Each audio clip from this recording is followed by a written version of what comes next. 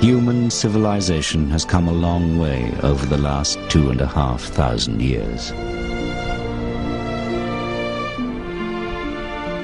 This ancient classical world must have been a very different place to our modern age. A time when life was much simpler. A time without the stresses of modern life, in a world without computers and information technology. But we may soon have to change our idyllic view of the ancient world. Clues from the bottom of the Mediterranean Sea are set to reveal this was a world more advanced than we could ever have imagined.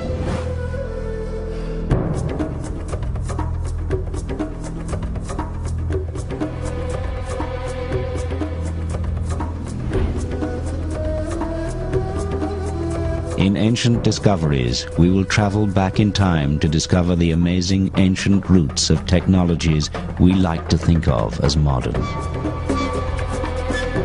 New research is beginning to suggest that many of the inventions of the last 200 years may, in fact, have already been known to the ancient Greeks and Romans. Much of what we have recently discovered, we may, in fact, have just rediscovered. The Greeks and Romans were also intensely practical people. Many of the things which they devised, planned and invented proceeded by 2,000 years, things that we like to think of as modern.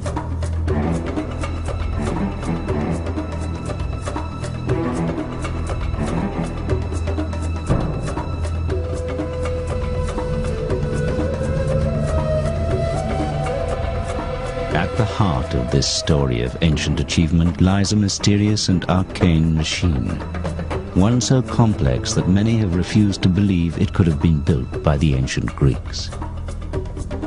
Hidden for centuries beneath the Mediterranean Sea, encased in thick corrosion, it remained an enigma until 20th century science glimpsed inside. What they saw inside astonished them.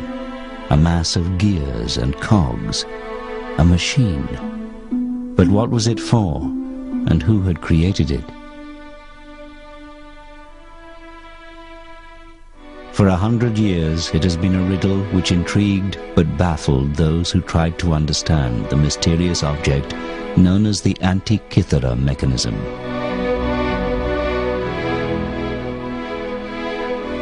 But now, finally, its story can be told. That story began just over 100 years ago, in the year 1900. It was early spring when Captain Kondos and his crew of sponge divers found themselves sheltering from a storm miles off course by the little Greek island of Antikythera. As the weather cleared, the captain decided to make the most of his unplanned stop by diving in the deep, clear waters off the island.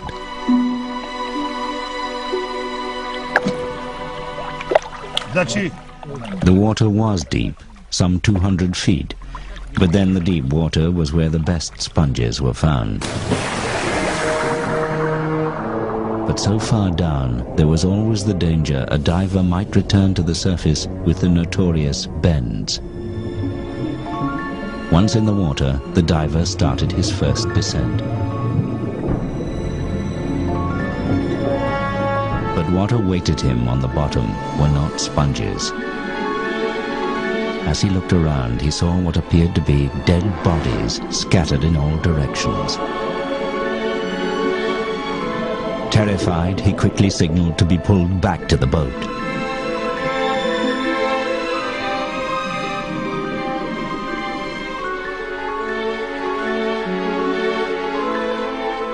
Some thought the diver mad. Perhaps he had the bends. But the truth was far, far stranger than that. 2,000 years ago, another ship had sailed these waters, on its way from Rhodes to deliver a precious cargo to a wealthy Roman citizen.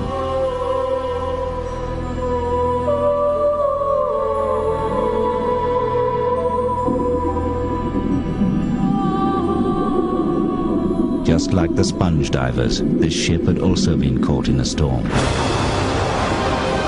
She too was driven far off course to the island of Antikythera. But this ship was not destined to survive. Here she sank, and here she still lay.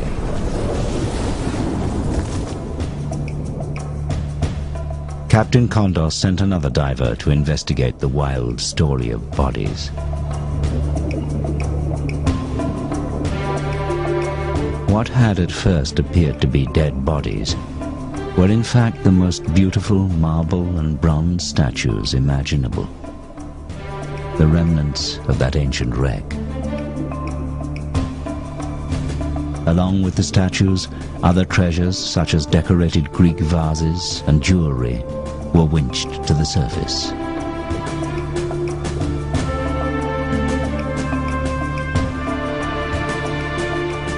It was the find of the decade, perhaps the century, and the breathtaking statues made front-page news. One of the most perfect bronzes recovered was named the Antikythera Youth. The piece was universally acknowledged as a work of genius.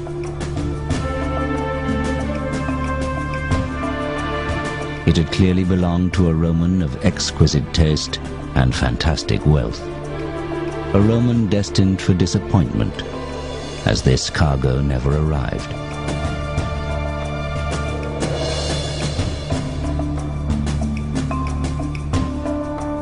Along with the youth, a find known as the Philosopher's Head were the highlights of the wreck. Two faces that had not been seen by the world for over 2,000 years. But the greatest work of genius from the wreck still lay unrecognized. This rusting lump of corrosion held the key to one of the greatest periods in human history, the Hellenistic period, and perhaps the greatest achievement of that time.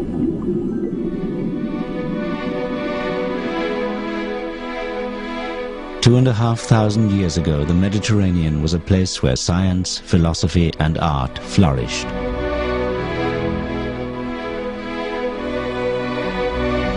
The Greeks, known as Hellenes, were living in what many regard as a golden age. They had invented democracy, opened up the fields of mathematics and science, and introduced the world to philosophy. They were inquisitive and inventive, no different in many ways from us today. In trying to understand their world, they had created this strange machine. All their 21st century descendants had to do was work out what they had created it for. Part of that answer lay far from Antikythera, in a London museum display case. 20 years ago, Michael Wright, curator of engineering at the Science Museum in London, came upon another mysterious ancient mechanical device. Although much less complex, there were similarities with the Antikythera mechanism. We call this the Byzantine sundial calendar. We think it dates from about 500 AD. It appears to be a sundial which is also a mechanical calendar. It shows the passing of days, indicated by the age of the moon within the month. The gear wheels look surprisingly modern. Complicated mathematics and a detailed knowledge of astronomy would have been necessary to create such an object.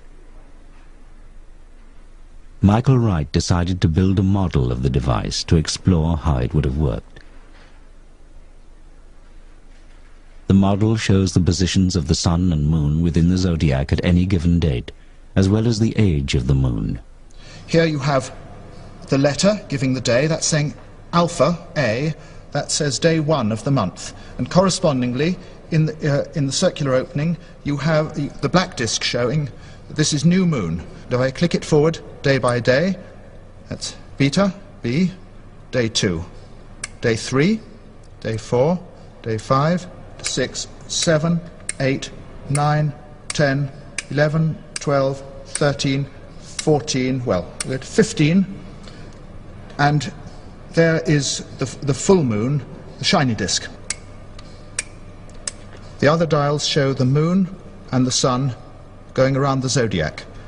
This instrument is much more simple than the Antikythera mechanism, but what's exciting about it is to have found another instrument, very obviously in the Hellenistic tradition, because of the Greek lettering, and also having gear wheels. So now we have not just one mechanism that tells us the Greeks had gears, we have two. We've doubled the evidence. Although similar, it is estimated that the sundial calendar only had 8 gear wheels, where the Antikythera device had at least 29, allowing for much more complicated calculations. Could the Antikythera mechanism be a mechanical calendar as well, one many times more complicated than the Byzantine machine, yet over 600 years older? But in an age supposedly without machines and modern technology, who could have created such a device? They would have to have been an expert in both mathematics and engineering, a genius, centuries, perhaps even millennia ahead of their time. One man who fitted that description was Archimedes, the most respected mathematician and inventor of his age. Archimedes lived during the Hellenistic period in the Greek city-state of Syracuse on what is today Sicily, off the coast of Italy. During his lifetime, the Mediterranean was a turbulent, war-torn place. A world in which his talent for military invention was put to good use by both his fellow Greeks and the aggressive new power of Rome that was slowly spreading its tentacles across the Mediterranean.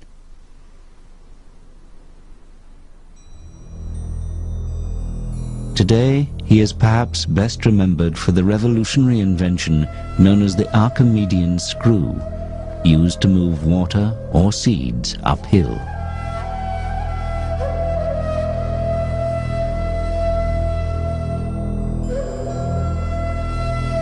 But Archimedes was also fascinated by other difficult mechanical problems, such as how to accurately measure distances. The greatest challenge of all, however, was to solve the puzzle of what caused the rising and setting of the sun, the changing seasons, and the strange movement of the moon and planets. What, in short, were the mechanics of time? Many years earlier, Archimedes had traveled across the Mediterranean to the most important cultural center of the Hellenistic world, Alexandria, Egypt. Alexandria was the most sophisticated place on earth. Founded by Alexander the Great, it was now ruled by the descendants of one of his generals, Greek soldiers who had risen to become pharaohs. It was a unique place, the meeting point of the age-old civilizations of the Mediterranean, a city of Egyptians, Greeks, Romans, and Persians. Here they combined the wisdom of the pharaohs with the brilliance of Greek philosophy to create the intellectual powerhouse of the ancient world. And it was here that the young Archimedes would be inspired by the work of a mechanical genius called Ctesibius. He would have a simple but brilliant idea that would literally change time forever.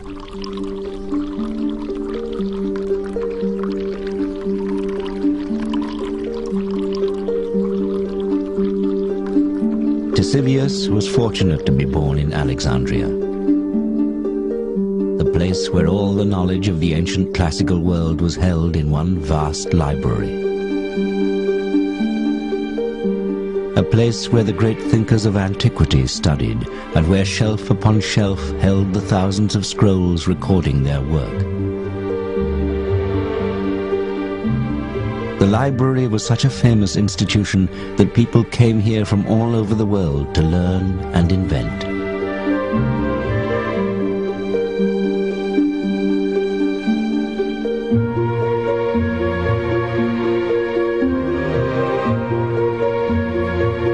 It was here that Ctesibius's revolutionary invention was recorded. and where the young Archimedes may first have read of his work.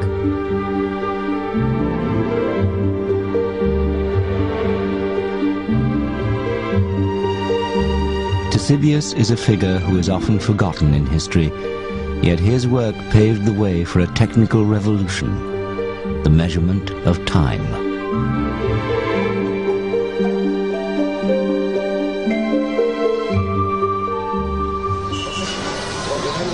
Yet Ctesibius came from humble beginnings. He was the son of a simple barber. As a young man, he had worked in his father's barber shop in Alexandria, inventing gadgets such as adjustable mirrors. And here he was surrounded by the constant dripping of water, which would inspire his great invention. Ctesibius knew that for thousands of years the Egyptians had used ordinary water timers to mark the hours of the day. The famous Karnak water clock is one example. Despite the intricate hieroglyphics, strange symbols and images of gods and animals, it's a simple device, as this reproduction shows. It was filled to the top with water, and as it drained out through a spout at the bottom, the time could be read as the level dropped.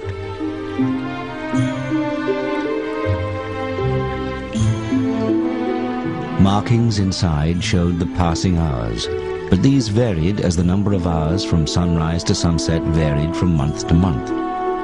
The clock allowed the ancient Egyptians to measure the passing of time during the day or night, but this was still only a timer, not a constant clock.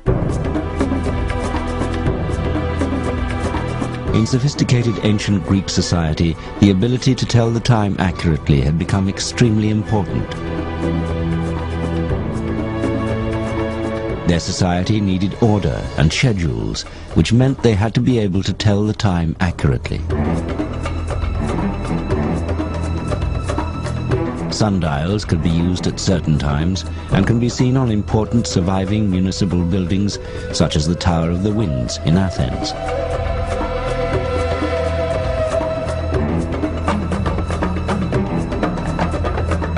But when the sun went behind a cloud or night fell, how would they know what time it was then?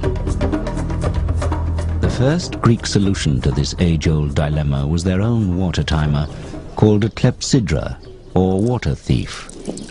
The clepsydra was a very elegant device for measuring periods of time.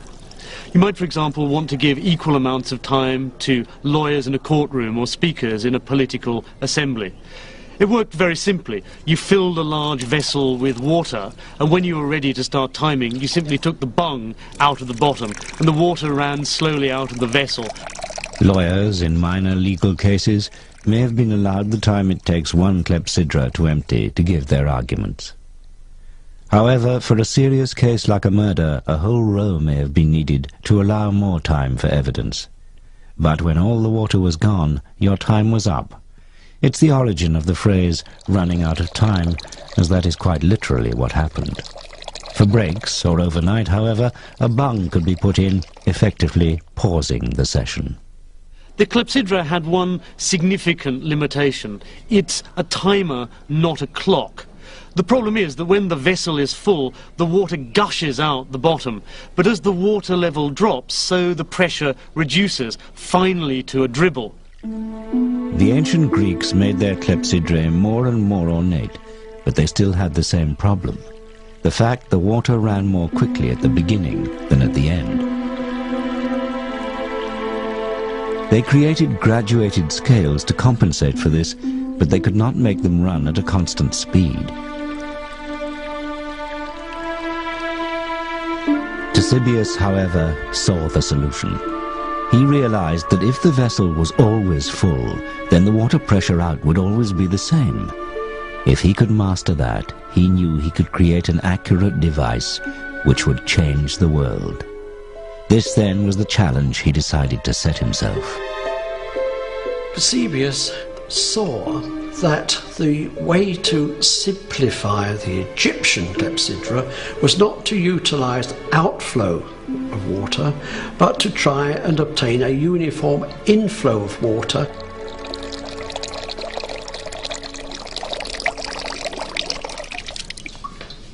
Dr. Alan Mills, a research fellow from the University of Leicester, has used classical references to Ctesibius's work to build a replica of one of his earliest water clocks.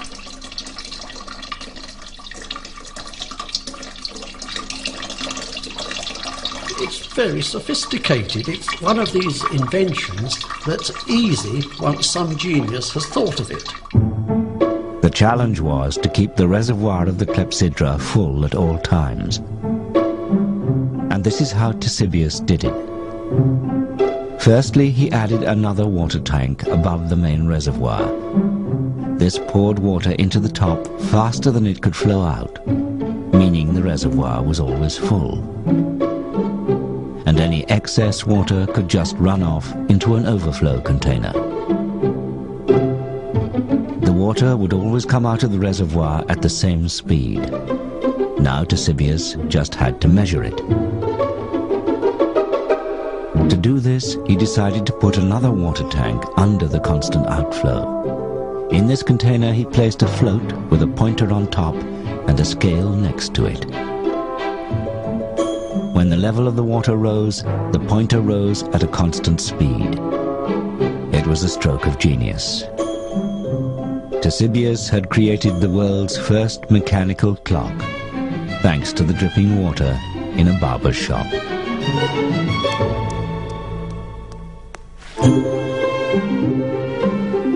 He had harnessed the power of water and, in the process, he had become the master of time. But measuring hours and minutes was only the start. What else could this unique water clock do? The answer to that was kept here in the great library of Alexandria. Anyone in the ancient world wanting to understand time could come here and read Ctesibius's books, which described the wonderful machines he was now building and the whole new subject he had invented, hydraulics. Before long, his clocks were not just dripping taps, but ornate machines decorated with gilded figures of gods and animals. And their workings were yet more elaborate too. He devised a complex scale for the hours, shown here in white for the day and blue for the night. One cherub holds a vase from which drips the constant supply of water, whilst another travels up the scale holding the pointer that indicates the hour of the day or night.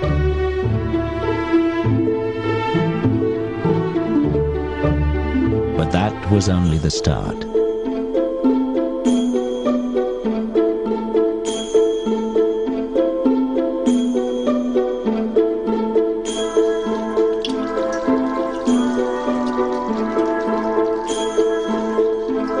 He even used water to sound a whistle and make a model owl move.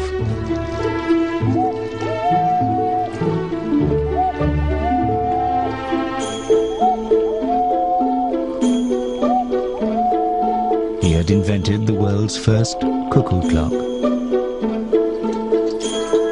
The increasingly complicated series of gear wheels also allowed the scale to rotate very slowly to indicate the days within each month of the year. This clock was also now a calendar. An automatic day and night, month and year, cuckoo clock.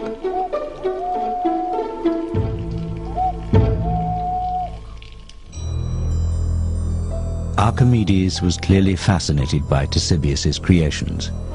He studied his clocks and used his own genius for invention to continue the work. In an Arabic translation of Archimedes' work dating back over 1,000 years, we can see a tantalizing glimpse of his additions to a Ctesibius water clock.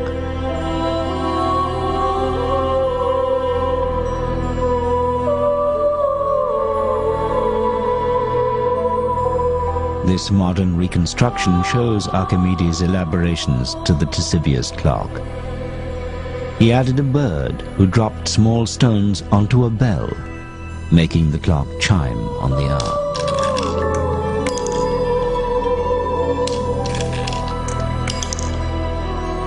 The woman is a gorgon with snakes for hair. When the bell chimes, you look up to see her eyes change color, indicating the time. This is the first automated chiming clock in history. One can only imagine the spectacle when Archimedes unveiled his daring design. In Greek mythology, anyone who looked into the eyes of the Gorgon would be turned to stone. But with Ctesibius' help, Archimedes could be the man who dared to look into the face of the Gorgon. Alexandria today is a busy modern port. A new building now stands in place of the famous library. Tragically, the original library was burnt to the ground, and with it was lost nearly all the knowledge of the ancient world. Only a very few ancient texts remain which mention Ctesibius' work. We may never know what else he invented, as not one single page of his own work survives.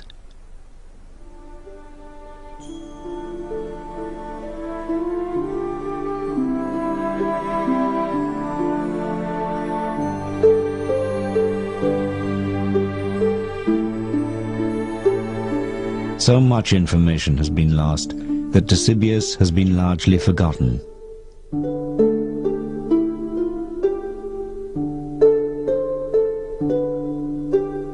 However, there is one legacy of his work, one clue, which is still standing. This unassuming tower, tucked away in a corner of Athens, is one of the best preserved buildings from antiquity. Its survival, almost untouched, is a miracle, and one due to the fact that for centuries it was believed to be the tomb of the philosophers Socrates and Plato. But this isn't a tomb. Carved on its 8 faces are clues to its real use. On each side, a worn sculpture of each of the 8 winds can still be seen, along with the sundial. It was actually built by an astronomer around 200 years after the death of Ctesibius, but is a monument to his genius. This building, now known as the Tower of the Winds, was the public clock of ancient Athens. Inside this tower, there once stood a huge and complex water clock based on a Ctesibius design.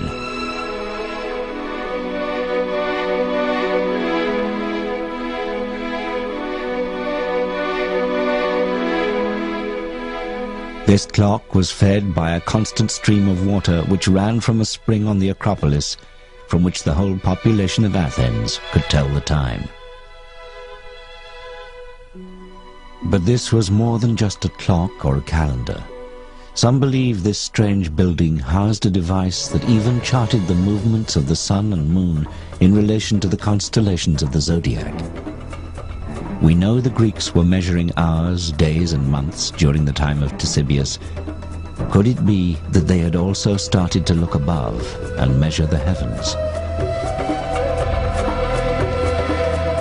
One man believed the answer may lie in the cogs and wheels of the Antikythera Mechanism.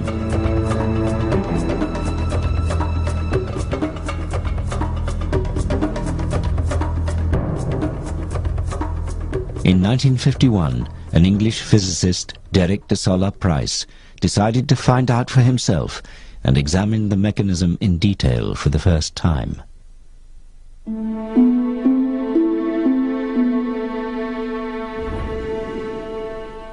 De Solla Price travelled to Athens to look at the mechanism. The pieces had lain largely untouched since its discovery 50 years earlier. The device had disintegrated further, exposing pieces of the gears which he was able to study. He became determined to crack the secrets of the Antikythera mechanism.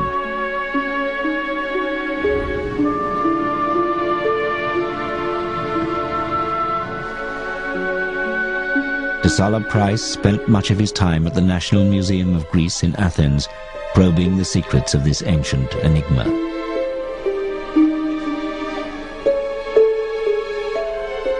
Something told him that these fragments were the real treasure from the Antikythera wreck. Using new developments in X-ray technology, he could now see what its discoverers 50 years before could not. Looking through the corrosion, he was amazed. A machine so complex it could almost be modern. He had to know what it was for. His meticulous studies of the cogs, gear ratios and inscriptions gave him clues to the possible purpose of the mechanism.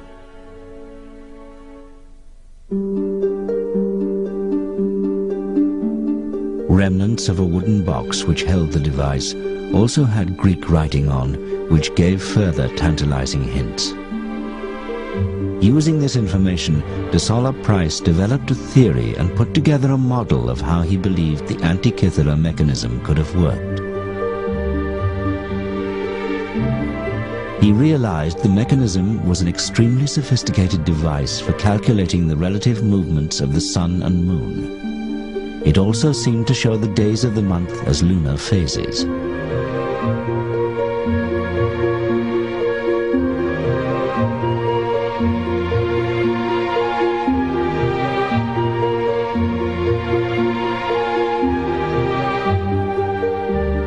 De Sola Price had established its mechanical complexity and knew that the knowledge required to create such a machine was immense.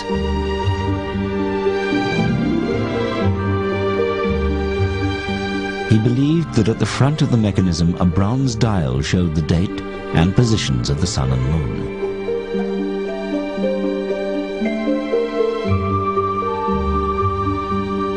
A dial at the back would indicate the month, possible within a 12-month year. A further dial at the back seemed to show either a cycle of 47 months or 4 years.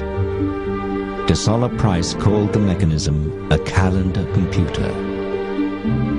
For anyone in the ancient world, such a device would have been invaluable. To understand the movement of the sun and moon within the heavens was to look into the minds of the gods. Many believed then, as some do today, that the positions of the sun, moon and stars at the time of someone's birth may influence their later life. What complex horoscope software does today, the Antikythera mechanism may have done over 2 millennia earlier. To the priests and astrologers of the day, this extraordinary machine could have been a window on the gods.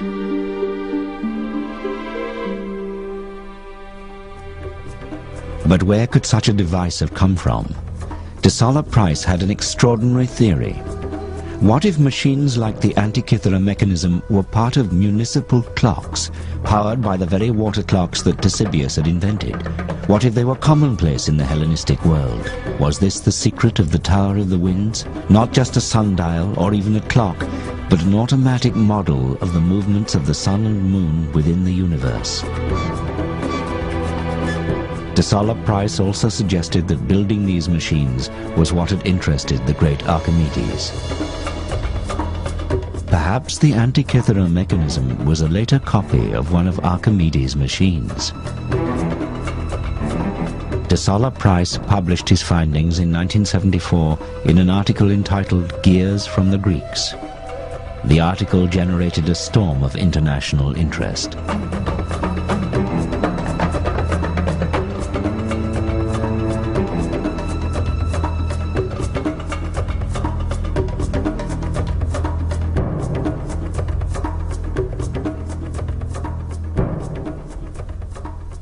In particular, one man was to read that article and to spend the next 30 years pondering on de Sola Price's theory.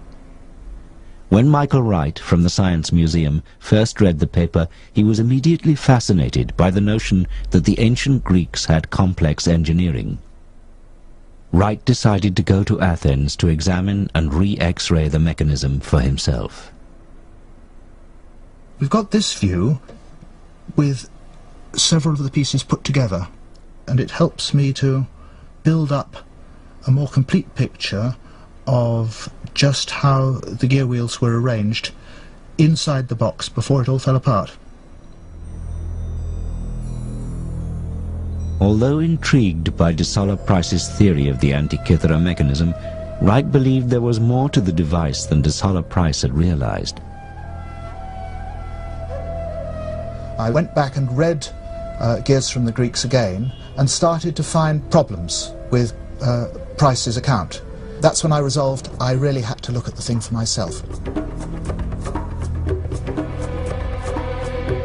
But for Michael Wright to understand this strange device, he knew he needed to do more than just look at it.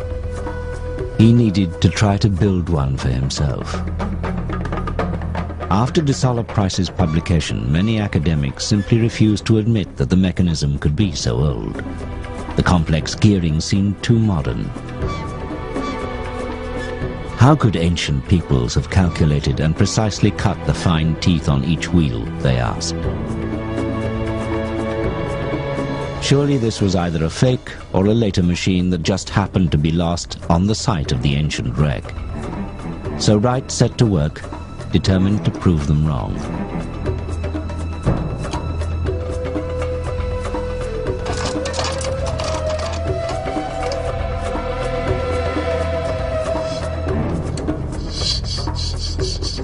Using only tools similar to those available in the ancient world, and with the Greeks' knowledge of geometry, he set out to copy the elaborate gears in his workshop. Measuring and cutting gears with only a pair of compasses, a metal file, and a good eye for detail was not going to be easy. But it was possible. After many hours of practice, Wright proved beyond doubt that with patience and skill, it could be done.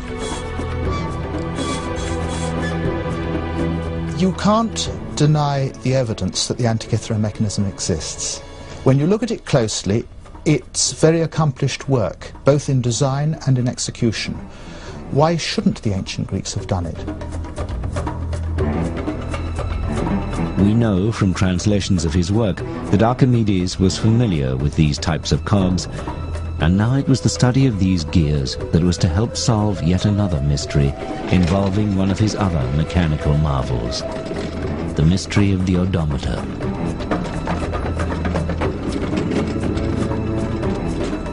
We all use odometers every time we get in a car. It's the device which measures the distance we've traveled. But remarkably, this device was in use long before cars and was crucial to the development of the Roman Empire.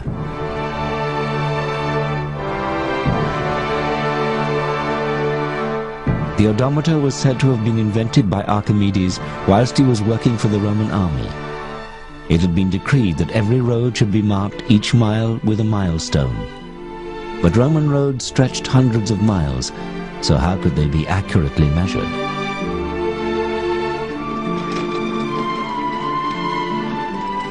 By creating a cart that could accurately calculate distance, Archimedes solved the problem and the milestones could be laid out.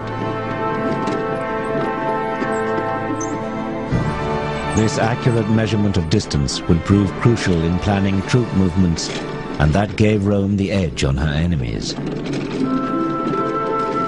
Archimedes had set the Romans on the path to empire, and started a train of events that would ironically lead to his own death.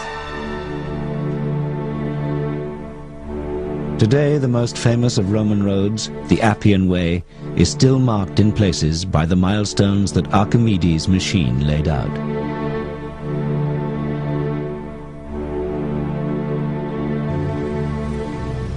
But there is a problem with this apparently simple story. One that Professor André Sleeswyck from Groningen in Holland would eventually solve with the aid of the ghostly X-ray images of the Antikythera mechanism.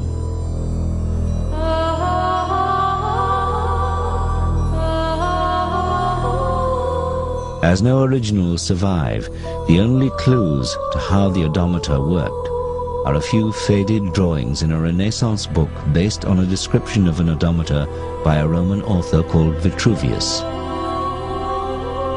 The drawings look fine on paper. The problem is when you try to build them, they don't work. Even Leonardo da Vinci attempted it. These are his sketches of an odometer which he attempted but could not successfully build.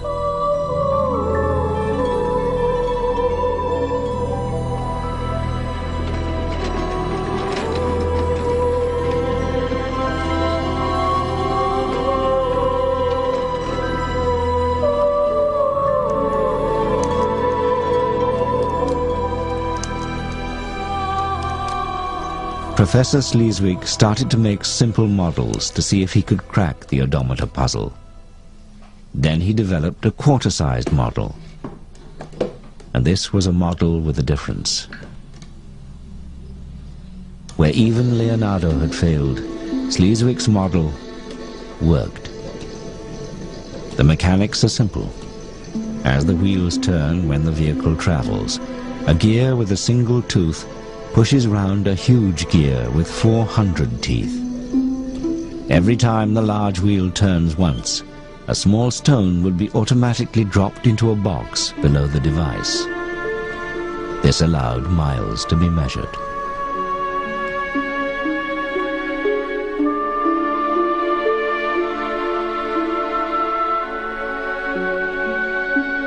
After the First Punic War, by decision of the Senate of Rome, milestones had to be placed on all major roads.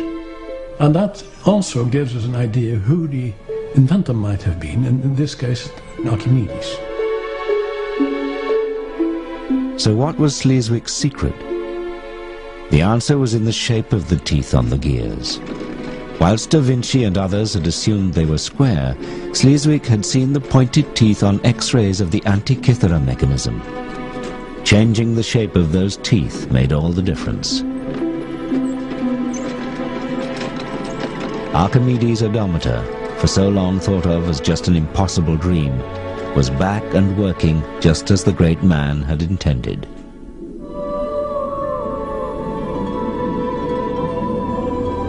All thanks to that most mysterious of ancient objects, the Antikythera Mechanism.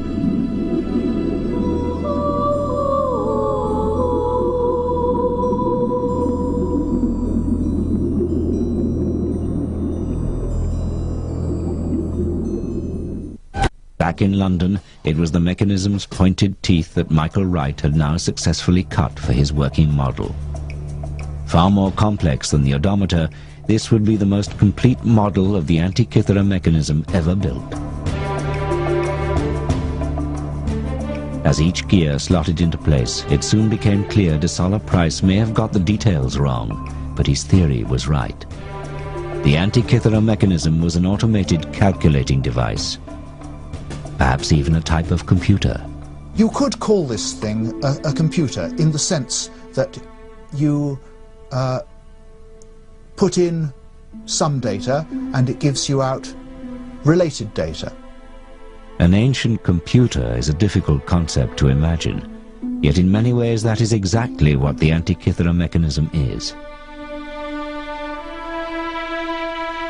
It is astounding to compare it with the machine designed by Charles Babbage in the 1830s, which is often cited as the world's first computer, and the machine which led to our modern high-tech age. This was the first modern device which could make automatic calculations. The technology is startlingly similar to the Antikythera Mechanism, yet there is 2,000 years difference between the two. Wright believes that the Antikythera Mechanism was more complex than de Sola Price imagined, and most importantly also showed the changing positions of the planets as well as the Sun and the Moon over time. In Wright's model of the mechanism, a knob is turned to set the days and months. Intricate gearing then moves a series of indicators which represent the Sun, Moon and planets. The knob could be turned every day so the position of the planets could be monitored throughout the year, or it could be set to a specific date to show their positions at that time. It is, in effect, a mechanical model of the Greek universe. Today, astrologers need a complex computer program to carry out exactly the function of the Antikythera Mechanism.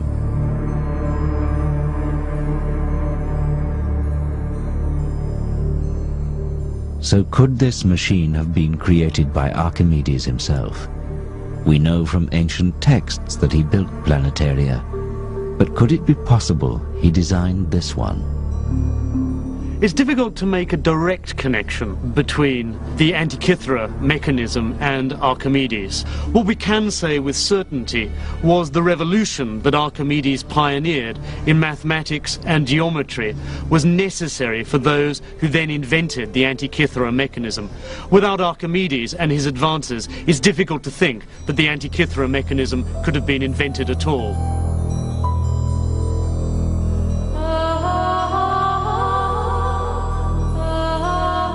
Archimedes' own life was cut short before he could finish his revolutionary work on mathematics and mechanics. During the Roman sacking of his home city of Syracuse, it is said a Roman soldier was sent to find him and bring him back alive. When Archimedes refused to leave his work, the soldier became angry and killed him. It was an ironic end for a man who had done so much to make Rome such a formidable fighting force. His death marked the beginning of the end of the Hellenistic tradition of great invention and science. His work, however, was preserved, stored on the endless shelves of the great library of Alexandria, a treasure greater than any the Romans looted from Syracuse. But even that legacy was not to last. The library itself fell victim to war and destruction, being burnt to the ground several times over the following 800 years. Eventually, most of the collection, including much of Archimedes' work, was lost or destroyed in the fires.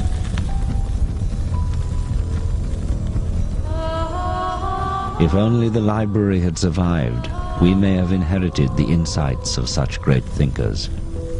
Without them, we have been forced to reinvent much that we are only now realizing was already known over 2,000 years ago.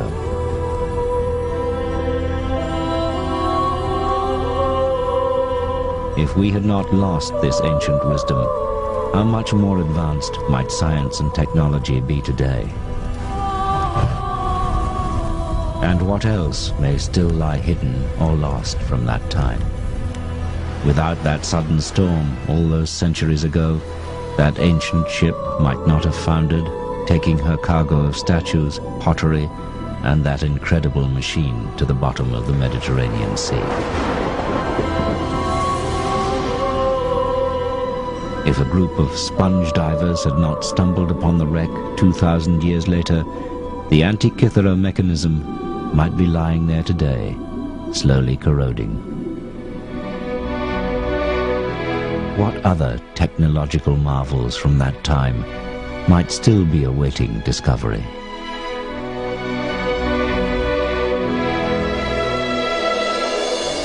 I think that these mentions we have in the literature and this one instrument are just the tips of icebergs showing that there was a great deal more to this tradition that we haven't heard about. 2,000 years ago, there was a world more advanced than we had dared to believe, and more secrets may still lie waiting to be discovered. Ancient discoveries we are only just beginning to understand.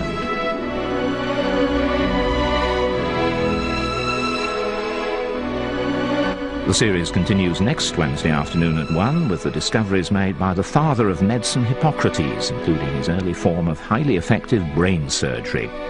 In just a few minutes, armchair travelling at its very best, and you don't have to tip the guide, with the conclusion of our tour of the 7 natural wonders of the world, all sights for sore eyes.